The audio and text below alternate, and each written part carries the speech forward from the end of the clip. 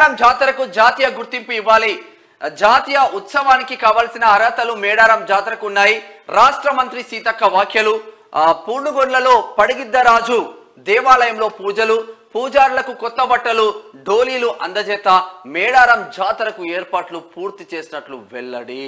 సీతక్క నిజంగా ఒకవేళ ఇప్పుడు మేడారంలో సమ్మక్క సారక్క ఏదైతే సామాజిక వర్గానికి చెందినవారో అదే సామాజిక వర్గం నుంచి వచ్చినటువంటి ఒక ఆదివాసీ బిడ్డ సీతక్క కూడా అక్కడ కోయ సామాజిక వర్గం నుంచి వచ్చినటువంటి బిడ్డ కాబట్టి ఆమె 100% జాతీయ గుర్తింపు రావాలని చెప్పేసి ఆమె కోరుతా ఉంది. త్వరలో జరగబోయే మేడారం సమ్మక్క సారలమ్మ జాతరకు జాతీయ గుర్తింపు ఇవ్వాలని రాష్ట్ర మంత్రి సీతక్క కేంద్ర ప్రభుత్వాన్ని డిమాండ్ చేశారు. మహబూబాబాద్ జిల్లా గంగారం మండలం పూనుగొండ్ల గ్రామంలో పడిగిద్దరాజు దేవాలయంలో ఆదివారం మంత్రి సీతక్క ప్రత్యేక పూజలు చేశారు. ఈ సందర్భంగా పడిగిద్దరాజు పూజలకు కొత్త బట్టలు, డోలీలు అందజేశారు. అనంతరం సీతక్క మాట్లాడుతూ మేడారం సమ్మక్క సారలమ్మ జాతరలకు జాతీయ ఉత్సవానికి కావాల్సిన అన్ని అర్హతలు ఉన్నాయన్నారు.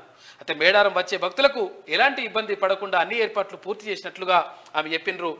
అయితే ఇక్కడ మేడారం జాతరకు సంబంధించి నిజంగా మేడారం జాతర ఎందుకు జాతీయ గుర్తింపు ఇవ్వాల్సిందే. ఎందుకు ఆ జాతీయ గుర్తింపు కూడా ఎందుకు ఇవ్వాలంటే ఆసియా ఖండంలోనే అత్యంత పెద్ద గిరిజన జాతర మేడారం జాతర కాబట్టి ఇక్కడ కోట్లాది మంది భక్తులు అక్కడికి వచ్చి సమ్మక్క సారలమ్మని దర్శించుకుంటారు. వాళ్ళని కోరిన కోరికలు అంటే ఒకవేళ కోరిన కోరికలు తీరితే అని చెప్పేసి వాళ్ళని మొక్కితే కోరిన కోరికలు తీరితే అని చెప్పేసి భక్తులు విశ్వసిస్తారు. కాబట్టి మేడారం జాతరకు జాతీయ గుర్తింపు ఇవ్వాలని చెప్పేసి మంత్రి సీతక్క అడుగుతా ఉంది.